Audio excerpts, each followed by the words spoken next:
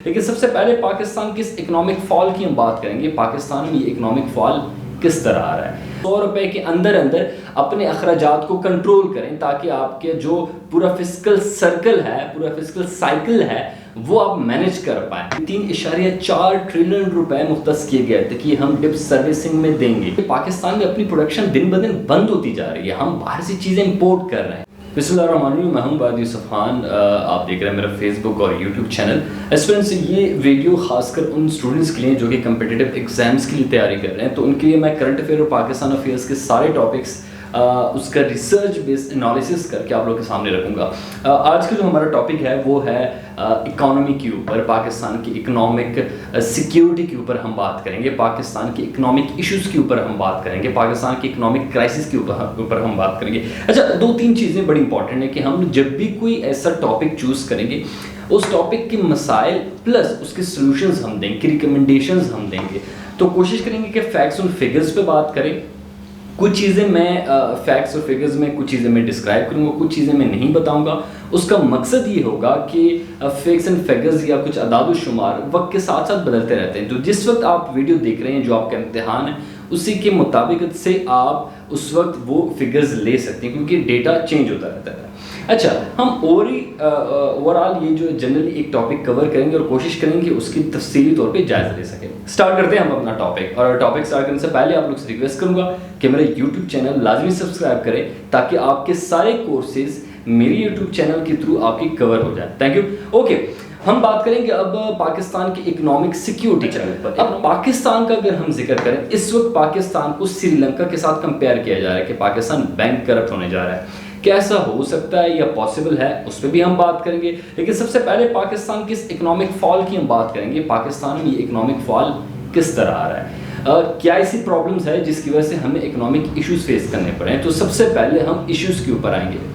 हमारा जो major issue इस वक्त आ रहा है वो हमारा है फिस्कल डेफिसिट। वो किसको कहते हैं? फिस्कल डेफिसिट किसको कहते हैं? फिस्कल डेफिसिट कि आप माली साल पे जितना आपकी आमदनी है उससे ज़्यादा आपके अखराजात हैं। यानी आपके घर में अगर 100 रुपये आमदनी आ रही है और आप उसमें आपके जो खर्चे हैं, अखराजात हैं, वो आपके 150 रुपये आ रहे हैं, तो आपकी जो फिस्कल डेफिसिट है वो 50 रुपए की आ रही है। यानी 50 रुपए आप अपने जो आमदनी है उससे तजावज़ कर रहे हैं। तो 50 रुपए आपको क्या करना पड़ेगा? 50 रुपए आपको लोन लेना पड़ेगा कि आप 50 रुपए लोन लेके अपने अखराजात को पूरा कर सके। यानी आपके पास 50 रुपए कम पड़ रहे हैं। अब इसके 2-3 रीज़न है कि आपके पास ये 50 रुपए क्यों कम पड़ रहे हैं। ये आपकी आमदनी और अखराजात ये सेम होने चाहिए, या बल्कि बेहतर ये होगा कि आपकी आमदनी जो है उसमें से कुछ पैसे आपके पास सेविंग में रह जाए। अच्छा, इसके कुछ बुनियादी वजूहात हैं जिस पे अब हम बात करेंगे। सबसे पहली चीज़ आप नोट करते जाइएगा। सबसे पहली चीज़ फिस्कल डेफिसिट में आपकी आती है फिस्कल मैनेजमेंट, कि आपकी मैनेजमेंट किस तरह। अगर आपके पास 100 रुपए आमदनी आ रही है तो आप उन 100 रुपए के अंदर अंदर अपने अखराजात को कंट्रोल करें ताकि आपके जो पूरा फिस्कल सर्कल है, पूरा फिस्कल साइकिल है, वो आप मैनेज कर पाएँ। तो सबसे बड़ी जो प्रॉब्लम पाकिस्तान की इस वक्त है, अगर आपसे वो प्रॉब्लम पूछें तो आपने सबसे पहले जो चीज़ बतानी है वो आपने बतानी है फिस्कल मैनेजमेंट, जो हमारी नहीं है। हमारे पास पैसे होते नहीं हैं, हम डिफरेंट प्रोजेक्ट्स लॉन्च कर देते हैं, कुछ ऐसी चीज़ों में हाथ डाल देते हैं जो अब मैं आगे के आपको बताऊंगा कि क्या क्या हम लोग गलती कर रहे हैं। जो सबसे बड़ी चीज़ें हैं कि हमारे पास फॉर एग्जांपल फिस्कल मैनेजमेंट में आपके पास टैक्स कलेक्शन बड़ा कम हो रहा था। ये 2017-18 में तो आपके पास 4.7 ट्रिलियन जो था वो आपका लास्ट आया हुआ था ओवरऑल। जो आप, क्योंकि मुल्क के पास आमदनी कहाँ से आती है? टैक्स कलेक्शन है, कुछ आपके स्टेट एसेट्स होते हैं, यानी आपकी कुछ ऐसे इदारे होते हैं जिनसे आप कमा रहे होते हैं। जैसे आप नादरा रख लें, आप PTCL अभी तो हमने भेज दिया, लेकिन PTCL से पहले कमाई के लिए ये इदारा था। या कुछ आपके मुल्क के कुछ एसेट्स, बिल्डिंग जो कि बाहर के ममालिक में होते हैं, जैसे PI के कुछ एसेट्स हैं, तो वो आपकी आमदनी का जरिया होता है। बट मेनली जो आप कह सकते हैं वो आपका है टैक्स कलेक्शन। तो पहले ये 4.7 ट्रिलियन था, उसके बाद ये जो कम होता गया, फिर अभी इमरान खान साहब की गवर्नमेंट में ये ज़्यादा हो गया, तो अबाव 6 ट्रिलियन से तजावज़ कर गया था। अच्छा, ये हम लोग जब बार बार टैक्स की बात करते हैं तो टैक्स पे इतना जोर क्यों दिया जाता है? पाकिस्तान में टैक्स जो है वो उसका एक बहुत बड़ा इशू है। सबसे पहली चीज़ जो टैक्स में है कि टैक्स में एक तो लार्ज स्केल इंडस्ट्रीज़ में बहुत मिनिमम तादाद में ऐसे इंडस्ट्रीज़ हैं जो टैक्स दे रहे हैं पूरी तरीके से। और उसमें से बेशतर ऐसे इंडस्ट्रीज़ हैं जो दे ही नहीं रहे, जिसमें मीडियम और स्मॉल साइज़ की इंडस्ट्रीज़ आ रही हैं। अगर हम फिर स्मॉल इंडस्ट्रीज़ की बात करें तो वो तो सिरे से रजिस्टर्ड ही नहीं है पाकिस्तान में, ताकि उसको टैक्स के दायरे के अंदर लेके आ जाए। तो सबसे बड़ा मसला टैक्स कलेक्शन में ये आ रहा है, टैक्स छूट भी है, टैक्स चोरी भी है। तो ये तीनों मामले मिला के आपकी टैक्स कलेक्शन पूरे आपके इकोनॉमिक सर्कल को अफेक्ट कर रही है। दूसरे बड़े मसले की तरफ मैं आऊँगा, वो है आपके पास डेब्ट सर्विसिंग विद इंटरेस्ट। अच्छा, अब ये बड़ा एक इंपॉर्टेंट फैक्टर है। जब आपका मुल्क किसी से कर्जा ले लेता है तो उस कर्जे पे आपको जो है सूद देना पड़ता है। सूद क्या होती है, इंटरेस्ट क्या होता है कि फॉर एग्जांपल मैं आपको कहूँ कि मैं आपको दूंगा 10 रुपए, लेकिन 10 रुपए के ऊपर मैं आपसे लिट से 20% आपसे इंटरेस्ट लूंगा। यानी 20% अगर मेरे ख्याल में 2 रुपए बनता है 10 रुपए के ऊपर, तो आपको मुझे 12 रुपए देने पड़ेंगे। तो 10 रुपए तो मैंने कर्जा लिया, 2 रुपए मुझे इंटरेस्ट देना पड़ रहा है आप लोगों को, ठीक है। तो वो डेब्ट सर्विसिंग है, वो इंटरेस्ट के साथ, उसमें हम तकरीबन 7.3 ट्रिलियन रुपीस जो है, PKR की बात कर रहा हूँ, 7.3 ट्रिलियन हमारा टोटल बजट था। उसमें से हमने 3 ट्रिलियन रुपी सिर्फ डेब्ट सर्विसिंग विद इंटरेस्ट उसके लिए हमने सेपरेट किया था। ये मैं 2020 की बात करूँ, 2021 की बात कर रहा हूँ। और 2022 के लिए इस माली साल के 3.4 ट्रिलियन रुपए मुख्तस किए गए थे कि हम डेब्ट सर्विसिंग में देंगे।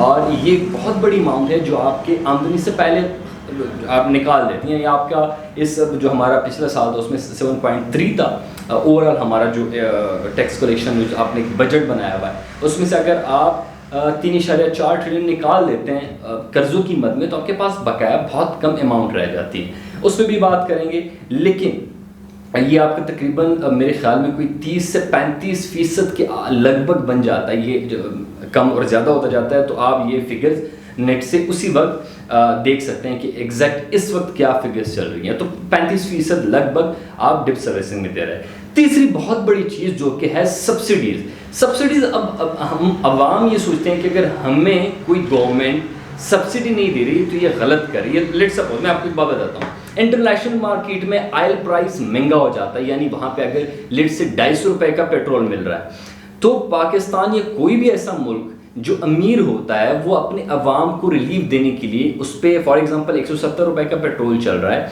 अगर इंटरनेशनल मार्केट में उसकी वैल्यू या उसका जो अमाउंट है वो 250 चल रहा है, तो आपको अपनी प्राइस बढ़ानी होती है 250 के ऊपर। अगर आप प्राइस नहीं बढ़ाते तो 170 और 250 के बीच में जो आप अमाउंट रिलीफ दे रहे हैं अपनी आवाम को, इसको सब्सिडीज़ कहते हैं, जो आवाम के लिए मुल्क की तरफ से एक रिलीफ आप उसको कह दें। मैं आसान अल्फाज में ये आपको दे देता हूँ। दूसरा ये है कि फॉर एग्जांपल अगर बिजली के ऊपर आपको बिजली महंगी पड़ रही है, लेकिन गवर्नमेंट क्या करती है कि अपने अवाम को या वोट बैंक बनाने के लिए वो अवाम के लिए क्या कर देती है, उस बिजली में से जो एक्स्ट्रा अमाउंट आ रही है वो गवर्नमेंट अपनी तरफ से पे करना शुरू कर देता है। ये सब्सिडीज़ होती है। तीसरी चीज़ मैं आपको एक और एग्जांपल दूँ, लेट सपोज मेट्रो है। अब मेट्रो जो पूरा दिन का एक उसका सर्कल चल रहा होता है, उसमें पर बंदे की अगर वो सवारी लेके जाती है तो वो मिनिमम लेट से 50 रुपये है। लेकिन 50 रुपए से अगर आप 30 रुपए किराया फिक्स कर देते हैं तो इसका मतलब ये है कि 20 रुपए हर बंदे की ऊपर ये गवर्नमेंट पे कर, यानी गवर्नमेंट मेट्रो को एक खास मद में सब्सिडीज दे रही है। ये चीज़ होती है। तो ये जो सारे लॉस आप रिलीफ दे रहे हैं, सारी चीज़ें, ये सब्सिडीज इस मद में आपकी इकोनॉमी अफेक्ट हो रही है। अब आप खुद कर्जों पे चल रहे हैं, आप जब सब्सिडीज देते हैं तो ये आपके इकोनॉमी, आपके जो फिस्कल मैनेजमेंट है उस पर बात आती है। तो ये दूसरी सब्सिडीज मैं इसे आपको समझा रहा था, क्योंकि ये मेरी पॉलिटिकल वीडियो नहीं है, तो आप इसको किसी तरीके से भी ले सकते हैं। मैं अगर आपको इंस्टीट्यूशन बताऊं कि इस वक्त इंस्टीट्यूशंस पे जैसे PIA है उस पर उसको सब्सिडीज दी जा रही है, नेशनल स्टील मिल्स हैं उसको बड़े अरसे से सब्सिडी दी जा रही है, पाकिस्तान रेलवे और ऐसे 32 बकाया इदारे हैं जिनको सब्सिडीज दी जा रही है। इसके अलावा हम बात करेंगे बैलेंस ऑफ पेमेंट की, जो एक और बहुत बड़ा इशू है जिसकी वजह से हमारी इकोनॉमी स्टेबल नहीं हो रही।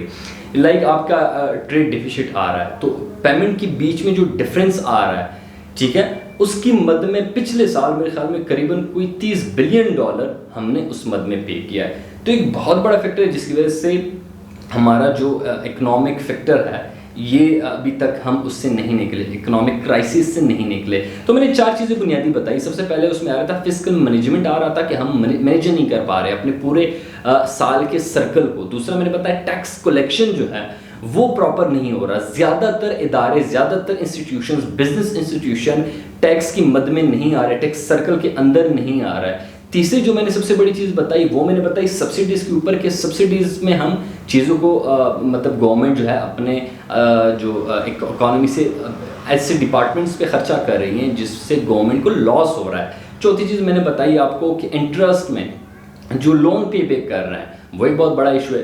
पांचवी चीज़ जो है वो आपकी है बैलेंस ऑफ पेमेंट, जिसकी वजह से हमारा इकोनॉमी जो इकोनॉमिक सर्कल है वो इफेक्ट होता है। पहला सोल्यूशन ये आता है कि भाई आपने लोन लेना है, एक्वायर लोन। बहुत से ममालिक लेते हैं, यूएसपी लोन लेता है, चाइना भी लोन लेती है, स्विट्ज़रलैंड भी लेता है, बकाया ममालिक भी लेते हैं। अभी चाइना और अमेरिका एक दूसरे से भी लोन ले रहे हैं, डिफरेंट बैंक्स भी लोन देते हैं। लोन लिया जाता है कि आप कोई प्रोजेक्ट इनिशिएट करें और उस प्रोजेक्ट के ऊपर आप उनसे कमाना शुरू कर दें। ये लोन लिए जाते हैं कि आप अपने इकोनॉमी को स्टेबल करें। अगर इकोनॉमी कोई क्राइसिस आ रहा है तो उस इकोनॉमी को स्टेबल करने के लिए आप लोन एक्वायर करें। अगर आप लोन एक्वायर कर रहे हैं तो लोन एक्वायर करने के बाद उस पर प्रोजेक्ट इनिशिएट करने चाहिए। दूसरी चीज़ है कि आपने टैक्स कलेक्शन इंक्रीज करनी है। वो थोड़ी यहाँ पे हम आपके साथ फिगर्स में आप लोगों के साथ शेयर करूँगा। अगर हम लोग टैक्स कलेक्शन इंक्रीज कर देते हैं तो उसका इफेक्ट क्या आता है। इमरान खान साहब के दौर में अगर मैं आपको यहाँ से फिगर्स बताता चलूँ तो 2017 से 2018 तक 3.8 ट्रिलियन हमारा जो था हमने टैक्स कलेक्ट किया था, जो कि बढ़ गया 2020 से 21 के दौरान 4.7 ट्रिलियन डॉलर। ये बहुत बड़ी एक अमाउंट है जो इंक्रीज आई है, यानी एक अच्छी बात थी कि हमारे टैक्स कलेक्शन ज़्यादा हो गए। तो 2021 से 22 का जो टारगेट इन्होंने सेट किया हुआ था कि हम इस साल में इतने ट्रिलियन डॉलर या इतने ट्रिलियन पीकेआर हम लोग कलेक्ट करेंगे, वो था 6.2 ट्रिलियन डॉलर। अभी होता या नहीं होता ये अलग बात है, लेकिन ये एक टारगेट सेट किया गया था। उसके अलावा टैक्स रिफॉर्म्स लेके आने चाहिए।